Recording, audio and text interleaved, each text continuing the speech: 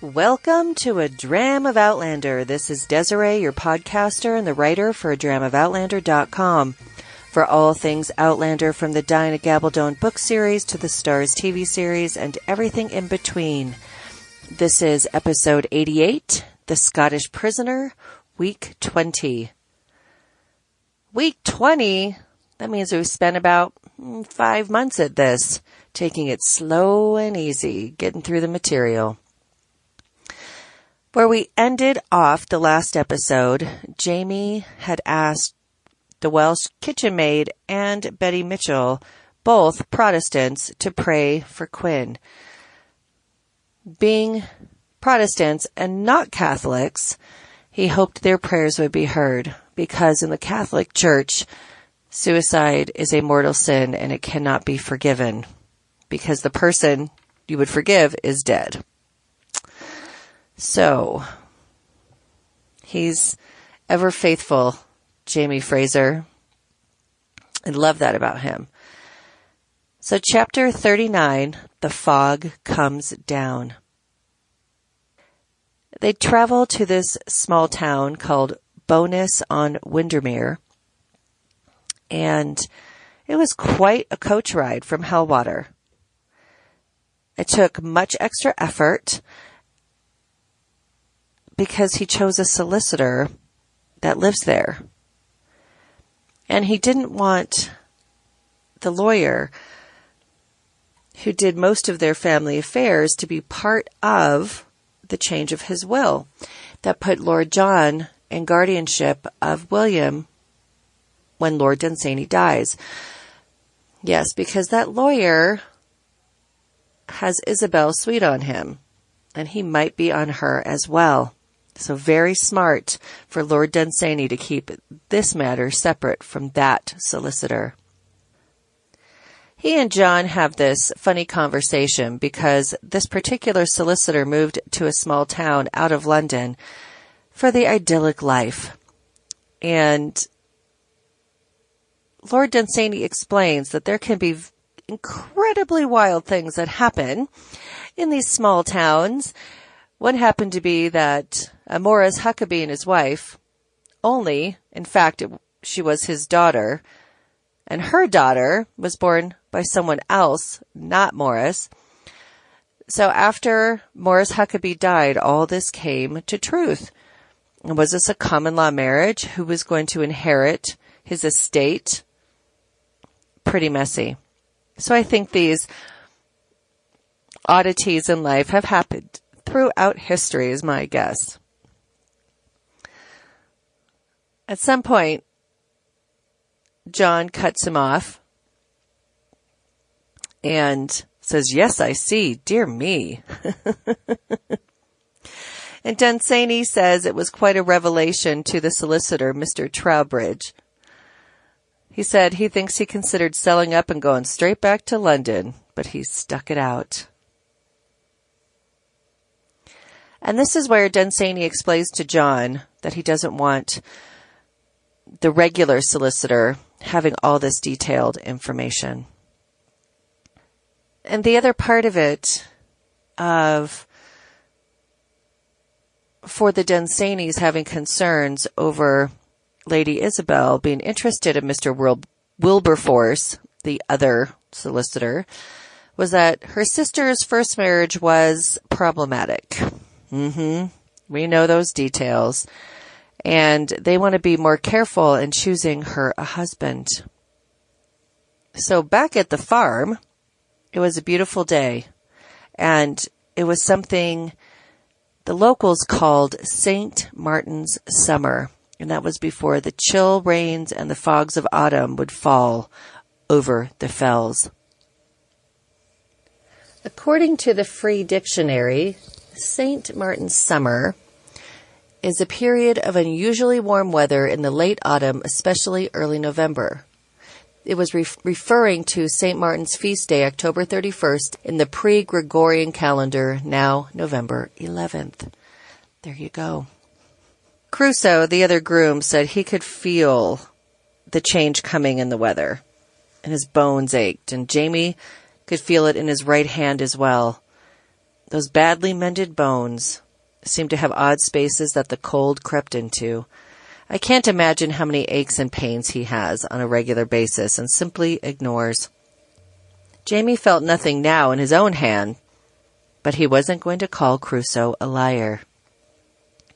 He's always measuring what he's doing and saying to that man. And though the weather might be changing, Jamie said, it was clear that Miss Isobel and Lady Dunsany wanting to take Willie up for a wander. Poor Willie had been teething, and he was in a rare mood, screaming and roaring. And they were all trying to argue and figure out what would be the best treatment for a back tooth coming in. Maybe a leech upon the gums, some bleeding, a poultice of hot mustard at the back of his neck. And Jamie thought they might be distracting, but his idea was to rub the boy's gums with whiskey. She had told him, use enough of it, and they'll go quiet. It helps to take a wee dram for yourself, too, in case they don't. Yes, I still think that is really effective, even though it is not culturally correct to say rub some alcohol on the gums of a teething toddler. I think it could be helpful, as well as clove. So Isobel and Lady Dunsany and Betty were on their way. Old Nanny Elspeth refused. She was not going to get on a horse, and Peggy had a bad leg. So poor Betty had been dragooned, as they would say, to mind the child. And Jamie wished her well. And along with the ladies would be Jamie and solicitor Mr. Wilberforce. Very interesting. Jamie was so happy at the idea of seeing Willie. He didn't care what Lady Isobel thought about him escorting the party. She didn't really notice him in any event. She was flushed and cheerful because of the lawyer. She was probably flirting as hard as she possibly could. And even Lady Dunsany noticed how high her daughter's spirits were. She says it's an intoxicating day, Mummy. Well, she didn't say Mummy. I threw that in. It was a beautiful day, and Jamie's noticed the sky and the copper beaches had turned to gold and rust, and there was a little nip in the breeze. Leaves were whirling in circles. Did he remember a day like this day? And Claire was in it. And he thinks, Lord, that she may be safe, she and the child. And he felt for a moment as if Claire stood right there, outside of time, her hand on his arm, her smile as she looked at Willie, red-faced and tear-stained and miserable, but still bonny. But then the world came right back into focus for Jamie. He picked up the boy to settle him on Betty's saddle. But William, in his terrible mood, kicked Jamie in the stomach. He wanted to go with Jamie, with Mac. So Jamie tucks him under one arm. His legs were kicking in the air behind him harmlessly. And Betty was okay with this because she would prefer to share her horse with a wildcat, but said nothing. And after a moment, Lady Isobel says, "Oh, let him." So Jamie has permission to have Willie ride with him on his horse. So they rode. They avoided the moss, and poor Willie was breathing thick from all the crying. His sinuses were swollen, and now he was drooling off and on. But Jamie found him a solid presence of pleasure. But he was not happy to find that they had corseted the boy under his shirt. From what I'm finding about corseting children, it was during the Victorian era, and it was more along the lines of the 1800s. It did happen earlier in the 1790s, from some sources I'm finding. And what it says is, during the Victorian era, children were treated and dressed as miniature adults. Corsets were donned from early childhood, forming their bodies in preparation for the more restrictive corsets adopted as they matured. This gave children the same class distinction with their parents. So it does go along with what Jamie was saying, but it's probably a little early in the Scottish prisoner for Willie to be corseted. And one thing that's really interesting that I found was the picture in this article on this website that I'm finding. The boned corset with ribbon ties in the back are from the Colorado Springs Pioneers Museum. So right here in my backyard. So next time I'm downtown, I'm going to have to go in there and look at this corset in person. Wow, that sounds like such a terrible thing to do. But it was very common for about 60 years for corseting to be very popular. I feel sorry for the children and the women. Yikes. It caused all sorts of problems and deformities. All right, moving on. So Jamie notices this corset under Willie's shirt. He said he'd heard of it before, but he's not happy about it. When they reached a place where the horses stopped following each other, he came around to talk to Betty. And he asked if William's not too young to be trussed up like a Christmas goose. This surprises Betty that he would ask, and she said it's only a light thing, barely any boning. He won't have a real one till he's 5. But his grandmother and aunt thought he might as well grow used to it now, while they can still overpower him. And then she goes on to tell him that Willie had kicked a hole in the wall of the nursery yesterday, and broke 6 of the best teacups the day before. Stole them off the table and flung them against the wall to hear them smash, and he was laughing. She says he'll be a right devil when he's grown, you mark my words. Mark me! That's funny. It bothered Jamie that they wouldn't discipline him, yet they would encase his sweet small body in linen and whalebone to narrow his shoulders and sway his back to meet the demands of what they thought fashionable. Yeah, it doesn't really make a lot of sense. They will show the boy no sense of discipline. They won't tell him no, and yet they will jail his body. He says that he knows about the custom among the wealthy English to form their bodies into the slope-shouldered, high-chested figure thought most fashionable. But this is not what they did in the Highlands. He could feel the hard edge of it pressing into Willie's soft flesh, just below his underarm. This made him want to just spur up and ride. Ride for the borders. But he knew that wasn't possible. So he just rode on, one arm tight around William. And Betty tells Jamie that the lawyer is selling, but Lady Dunsany is not buying. The lawyer is spending more time trying to charm Lady Dunsany because he wants to marry her daughter, or so we think. And Jamie wonders why Betty thinks poor Isobel. Why, she's sweet on him, you great nit. Surely even you can see that. Aye, so? Betty rolls her eyes dramatically at him. That's what women do. We all do that. We get exasperated with these men. She says that Lady Isobel wants to marry him. Well, she wants to be married, and he's the only one in the county that's halfway presentable.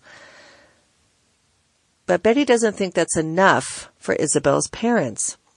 And they notice that Lady Isobel is glaring at her mother at this point. And Jamie wants to know why they don't like him for their daughter. Do they not want her to be married? And then Betty just snorts at him and says, after what happened to Geneva? And she looked at him and raised her face to Jamie with a little smirk. He made sure he kept his poker face on, but it did make his belly grab a bit. So Betty says they'll let her marry, she supposes, but they don't mean to let her throw herself away on a lawyer. So lawyers were not thought of as highly as they are today. So Jamie keeps talking to her about it. It's distracting him from that corset on Willie. And then Betty says, with a sly look, they say he spends a good bit of time with his clients, what are ladies with no husbands, more than he needs to, and he lives beyond his means. Ooh. That's very telling to Jamie. Because Lady Isobel is the last remaining child, and so she's going to have quite a bit of worth, even though eventually William will inherit the estate. So the problem probably is more so that Wilberforce lacks his own means, and he's living high on the hog when he only has part of a hog to live off of.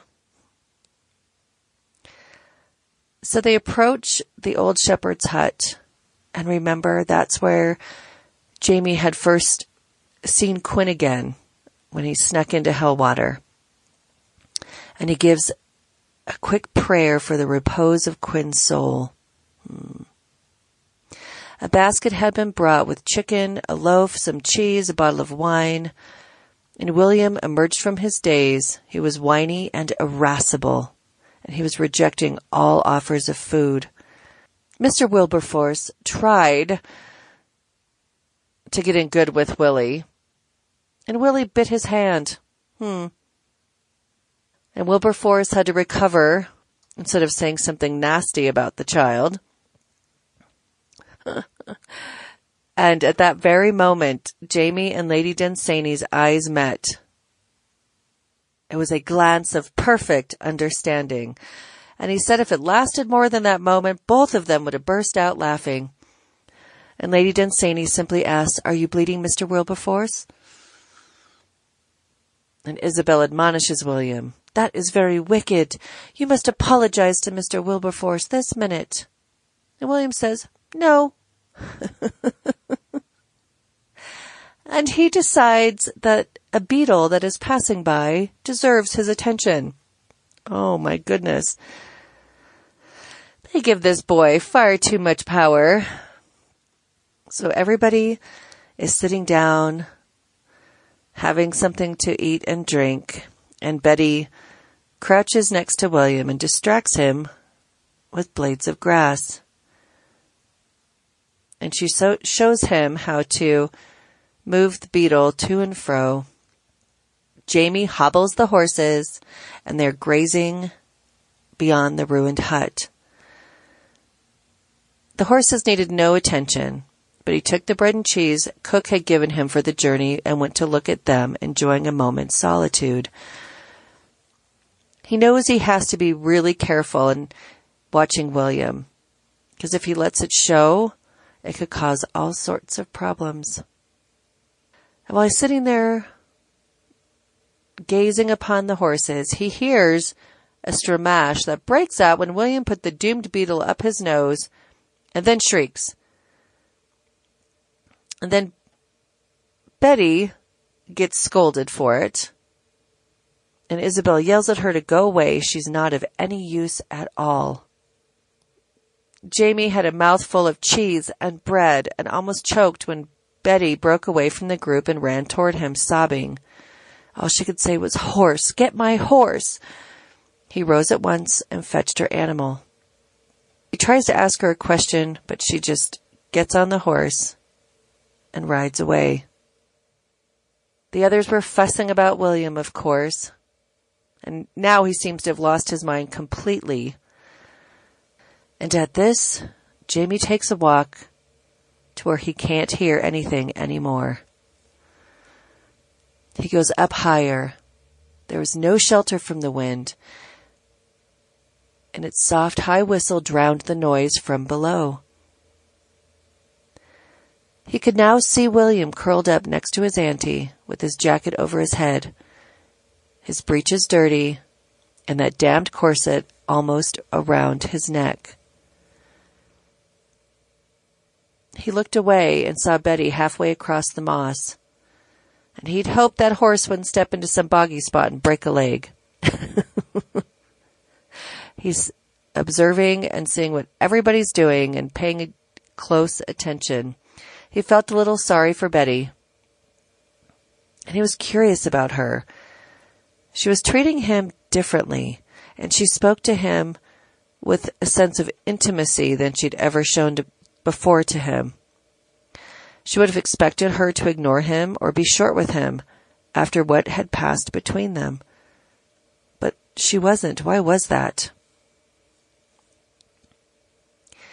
And then he remembered what she had said about Isobel. She wants to be married. And he wonders if Miss Betty wanted to be married too. She was the right age for it, or a bit older than. And it made him blush with his presumption. He thought she only wanted to bed him, whether out of lewdness or curiosity. He didn't know. He was pretty sure she knew about Geneva and him. But if she had fixed upon him as husband material over George Roberts, then he wonders if John had said anything to her. Oh, this disturbed him most highly. With the formality of the day, it would be very easy to get married to somebody you didn't expect to get married to. It's not like today in Western cultures. And if he would have said he wanted to marry Betty, they probably could have made it happen. And that would have been that. There would have been some negotiating, of course, but it wouldn't be like dating rituals that we expect. And Jamie has a hard time seeing himself as others see him. And on the surface, he thinks no woman in her right mind would consider him as husband material. He had no money or property or freedom. He didn't even think he could get married without John's permission. And he knows that Betty understands his circumstances completely. And then he thinks, who? And examines his feelings, which were a mixture of surprise, alarm, and mild revulsion. Okay, the revulsion comes in his pride. Because Betty was a common girl. She was a daughter of a poor tenant of Dunsany's. And he still thinks of himself as the Laird of Lollybrock. So that same sort of classist attitude that John can display sometimes, Jamie is displaying it. He's like, I'm of a higher class than she is. And this makes him feel terrible and uncomfortable. And then he says to himself how foolish it is. He'd married Claire without a single thought of his place or hers. He'd been an exile and an outlaw with a price on his head, and he'd never have taken her for a slattern or a peasant. The word slattern dates back to the 17th century. It refers to a sexually promiscuous or dirty and untidy woman. It means somebody of a lower class, lower economic situation.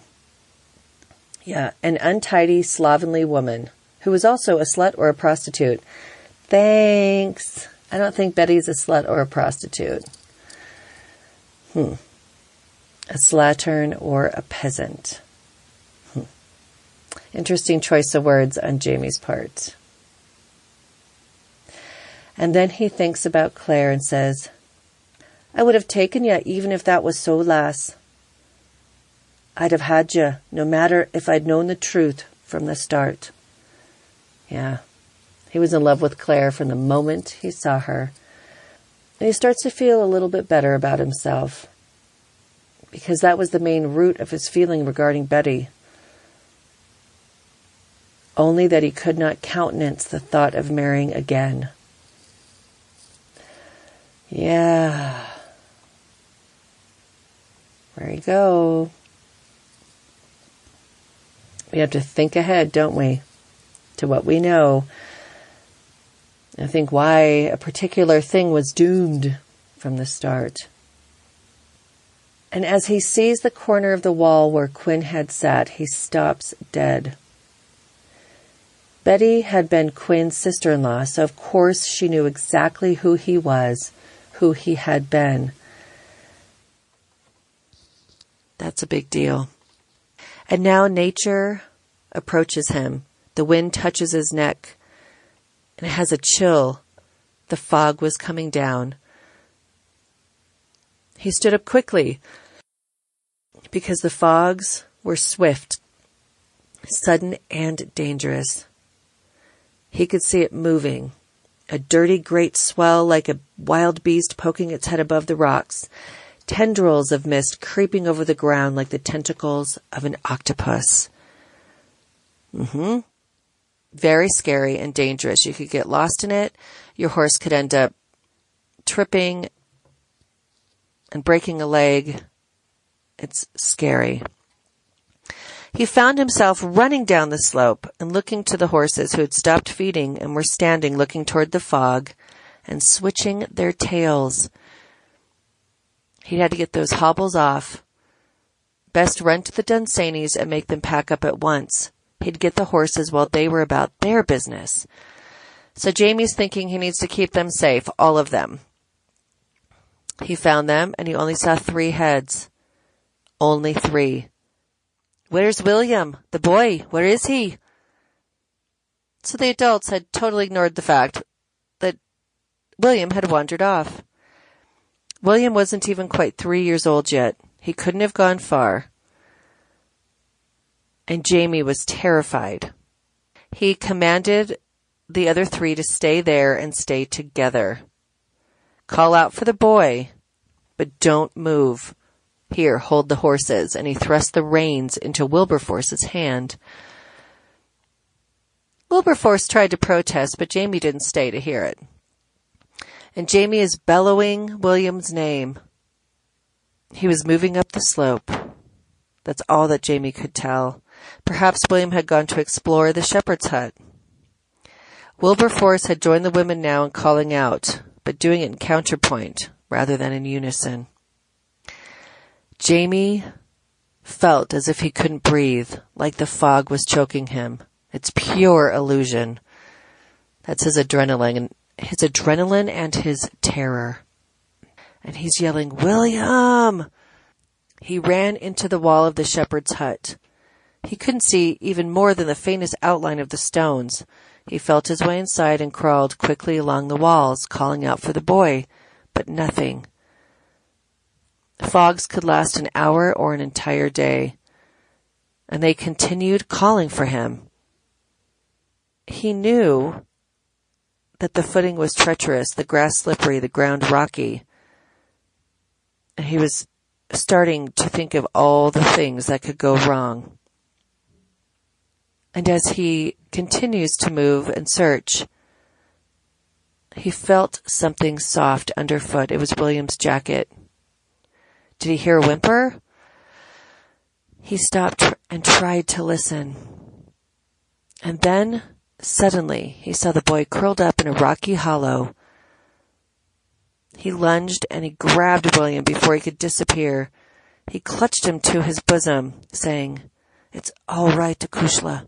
It's all right now. Dinna be troubled. We'll go and see your granny, aye?" And William just says, "Mac, Mac, Mac, oh Mac." And William clung to Jamie like he was a leech. He tried to burrow into his chest, and Jamie wrapped his arms tightly around the boy. He couldn't even speak. Before this moment, he couldn't have said if he loved William. He could feel the terror of responsibility for him. He could carry the thought of William like a precious gem in his pocket, certainly reaching now and then to touch it. But now as he felt the perfection of the tiny bones of William's spine through his clothes, smooth as marbles, the scent of him, the incense of innocent, and the faint tang of shit and clean linen, and he thought his heart would break with love. It is so devastating that Jamie has never gotten to truly father children. He has such a heart for it, an instinct for it. He gets little moments, but he knows he loves the boy, and that's that. Did you get a chill from the fog, the description? Could you see it coming? Yeah. I loved how Diana described what was going on all around them. Chapter 40, Gambit. So John would see Jamie here and there as he went about his work, and it was mostly in the distance. They had had no opportunity to speak, and he could not figure out a way to invent a pretext. Again, everything is very formal. He would never mix conversation with a groom. He had no reason to. He felt terribly self-conscious, and he says, like a boy unable to say anything to an attractive girl.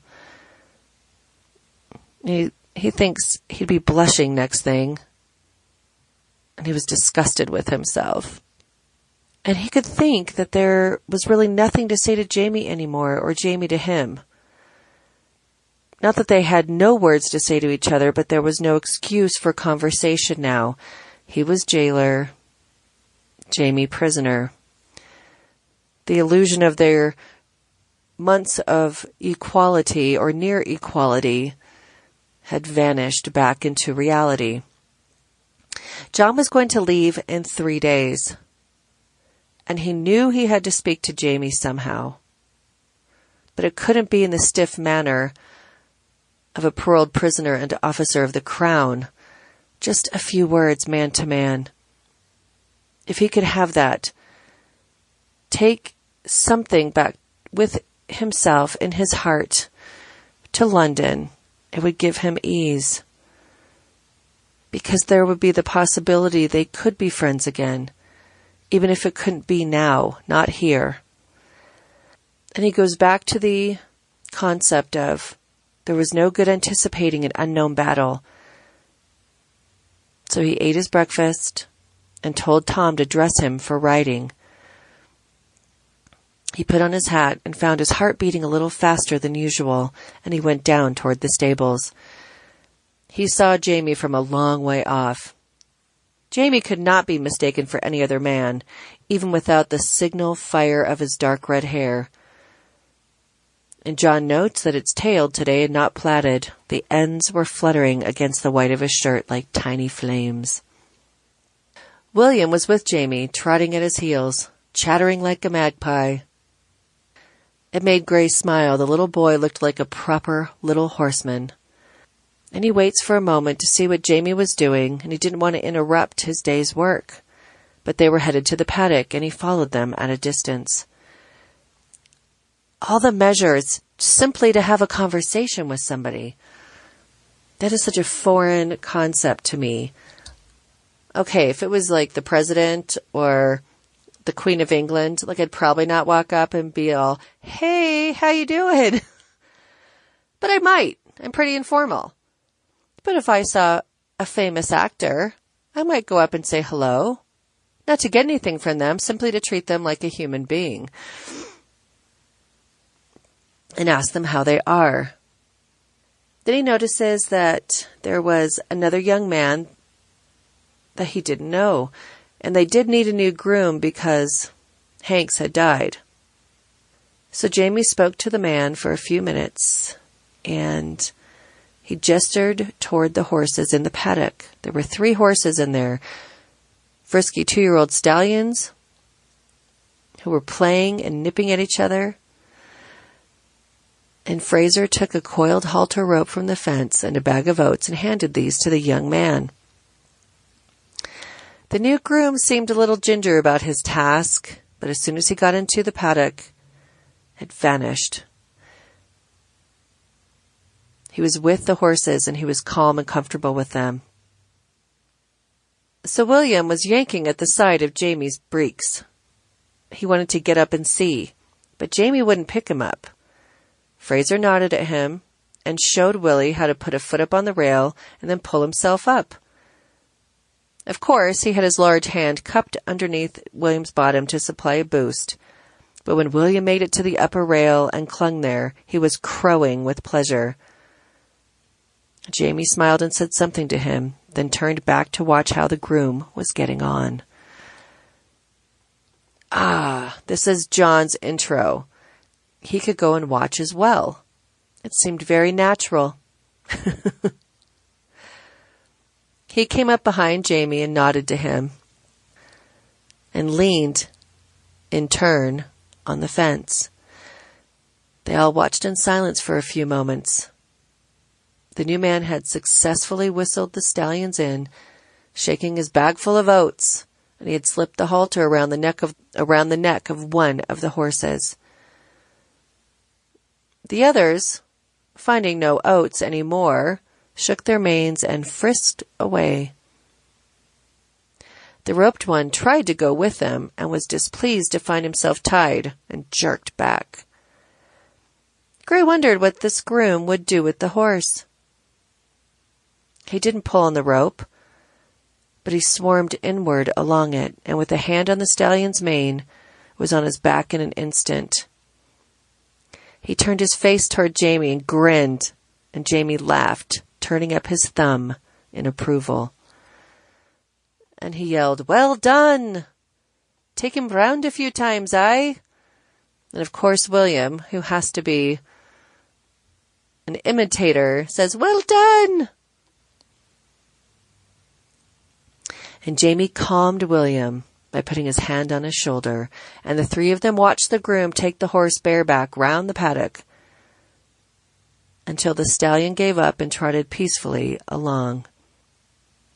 And the excitement was over, and it was replaced by a sense of pleasant half-attention. And then John knew what to say to Jamie. Queen's Knight to Queen 2. It was, he knew, a dangerous opening. I like how they play chess without a chessboard, and it can be months or years before one of them says the next move. Fraser only gave John a sideways glance, and he says, King's Knight to Bishop 2. It was the answer to the Tormolino's gambit, the one he had used on that far-off, disastrous evening at Ardsmuir, when he first laid his hand on Jamie Fraser's. And all they could hear was William chanting to himself, "Well done, well done, well done, well done, well done, well done." You know, as about 3-year-olds will do. They pick up on a phrase and they run with it until they're good and comfortable. And we're moving on to do a 3rd chapter this week to fit the schedule. And because the podcast would be very short without it. 41. A Moonlicht fliegt. It was not yet tea time, and the sun hovered above those leafless copper beaches.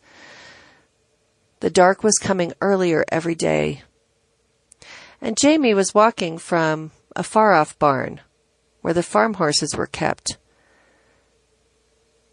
There were 3 young men from the village who tended to these, but Jamie came out daily to check in for injury, lameness, cough, illness, general health over the farm horses, because in their own way they were nearly as valuable as the stud.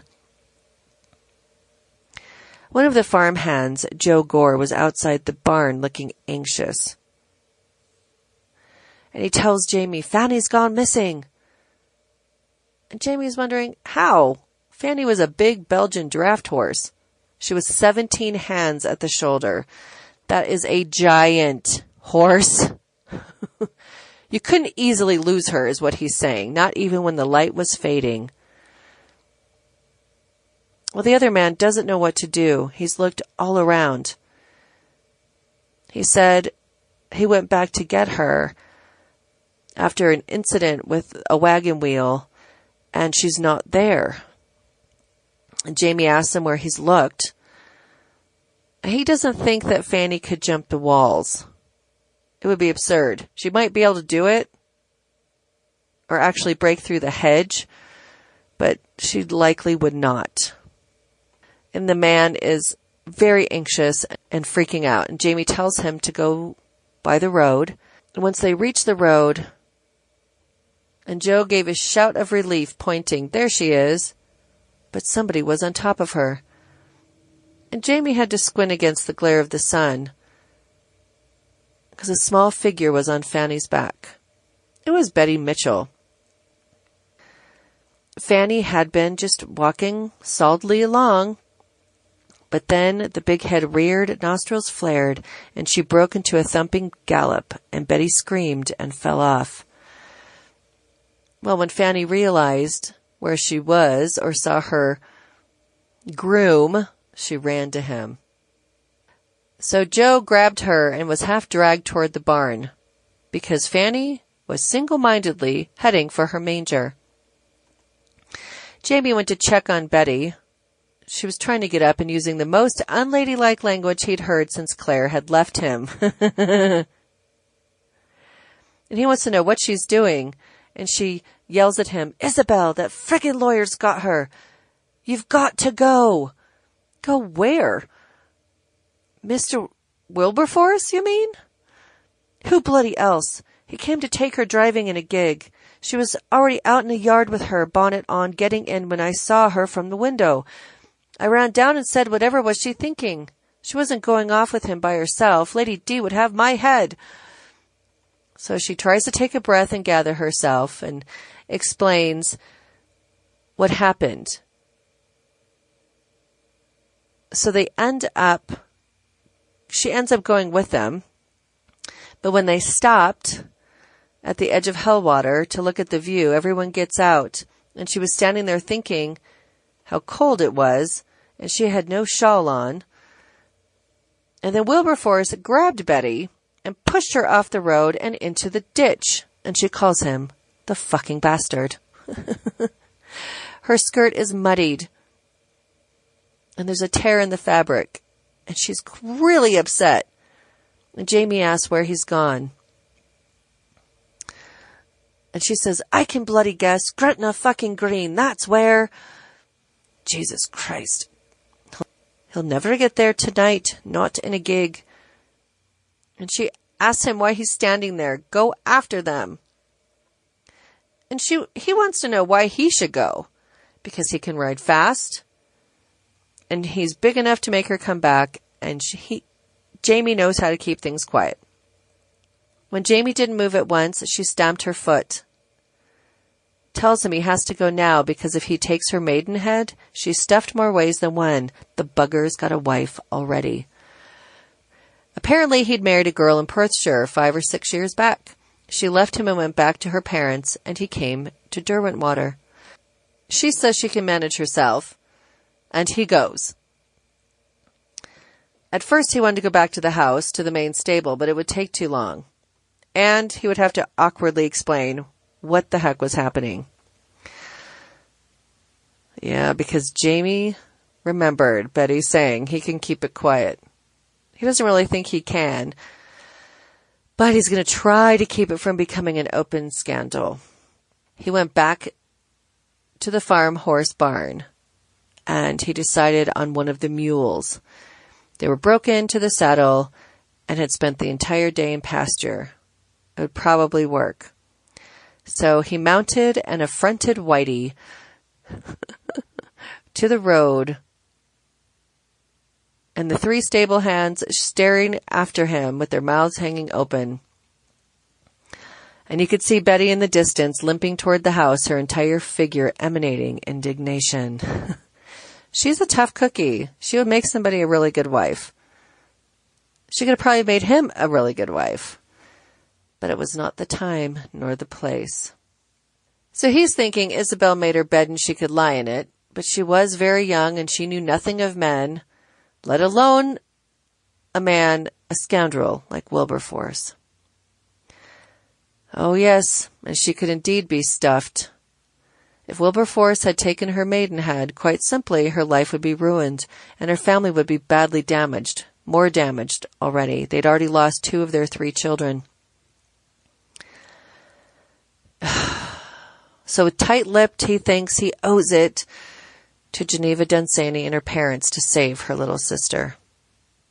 At first he thought he wished he would have told Betty to get Lord John, because he would know what to do, but it was too late for that, and he couldn't have waited for John anyway. The sun was already setting. There'd be very little light. And so Jamie was kind of going through the game plan of what direction Wilberforce went. What road did he take? Gretna Green was just over the Scottish border, where he could marry Isobel without her parental consent. So he figured out the path he took. And there were inns along the way.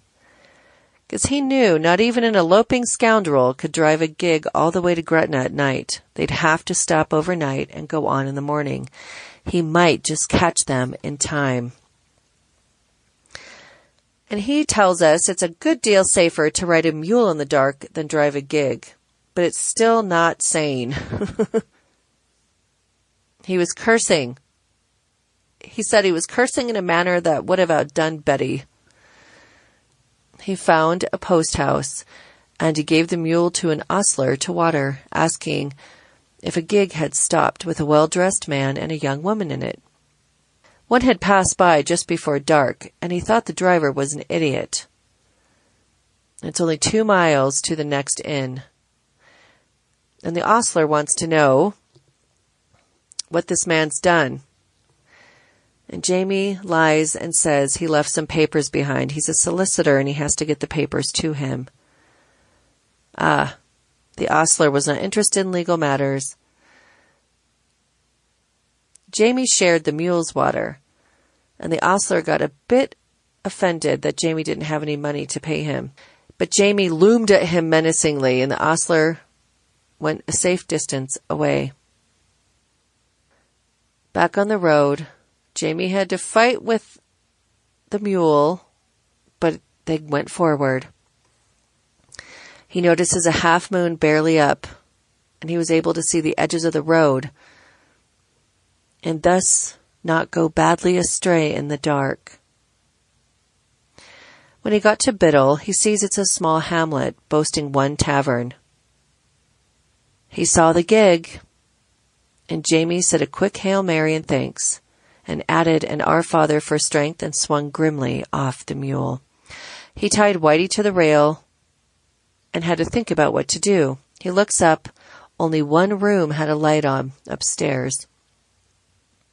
He knew that Wilberforce would plan on having sex with Lady Isobel because there'd be no going back regardless.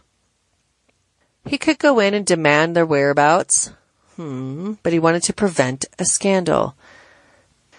He didn't hear screaming or shrieking, so he knew it was likely okay.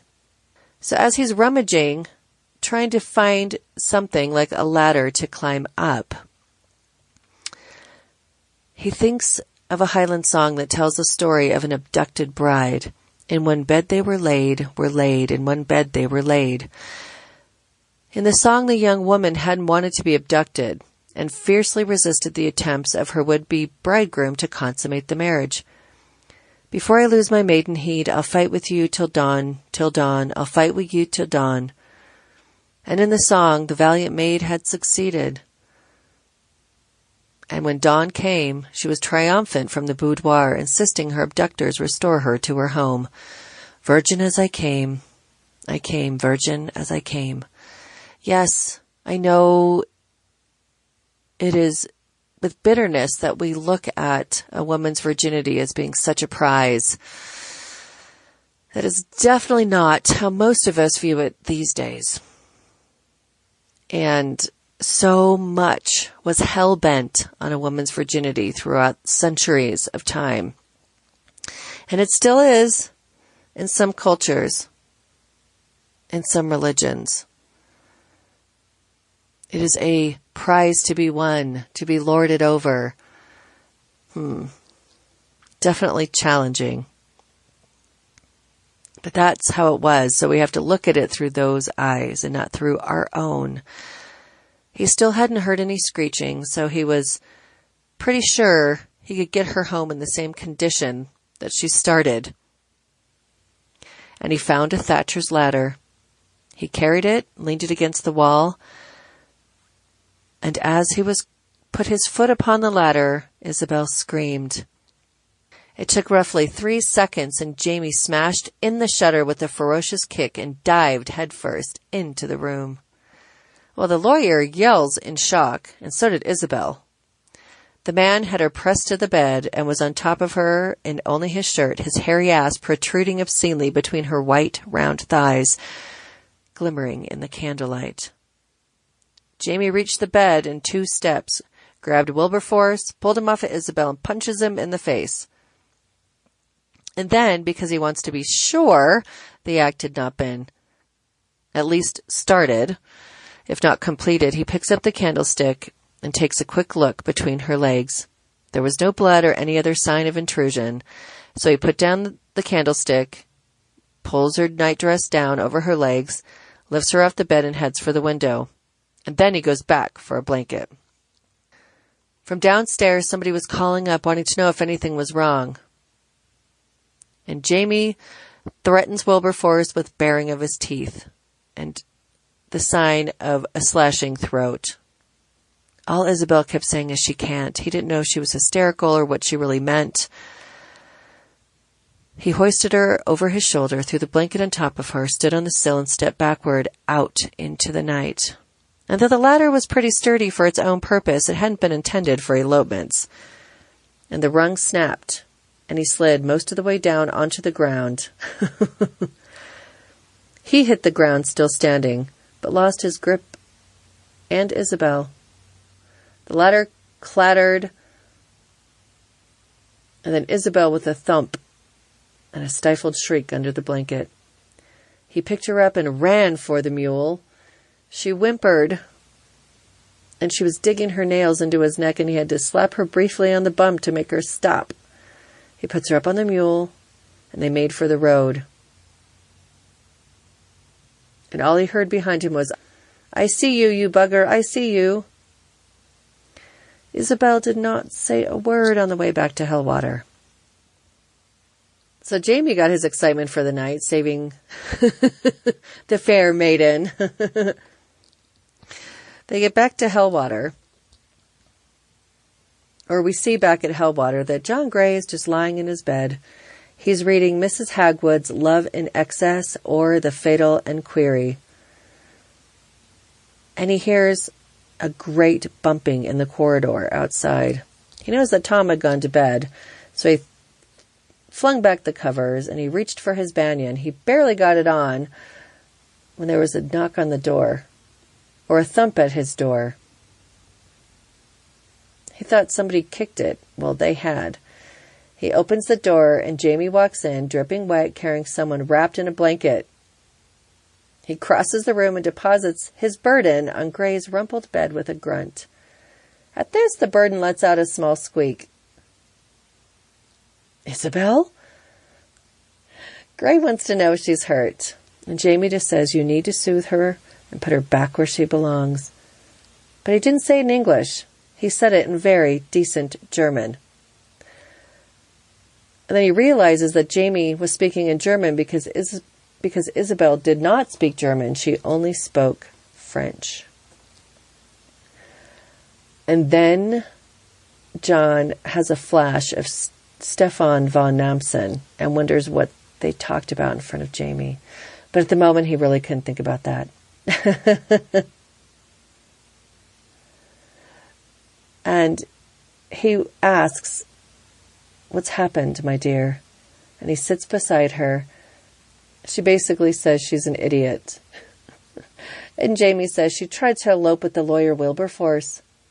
Her maid came and got me, and I went after them. And then Jamie went back to German, saying what had happened. He said the act had not been completed, but it gave her quite a shock. "Bastard," was all that John could say. He tells her everything will be all right. when the blanket had slipped off her shoulders, he could see that she was wearing a night dress for a wedding night. So she'd gone prepared for a wedding night, only she'd not been prepared at all. Oh, and John was hoping that Jamie hadn't killed the lawyer. He really didn't want to go out at night and hide the body. Now that's a good friend when they're thinking that, they don't want to, but they will. They'll hide the body for you. And Jamie says he didn't kill him. And all he can say to Isobel, no one knows. No one needs to know ever. And she thanks Jamie. It's all right, lass. And he tells John, if you can get her back to her room without being seen, Betty will take care of her. And then back to German. When she's calm, tell her to forget it. She won't, but I don't want her to feel that she's... And then he goes back into German. And he wants John to tell her that she owes him no debt because it would be awkward for both of them. And John says, but she is, and she's an honorable woman. She'll want to repay you. And Jamie thanks him.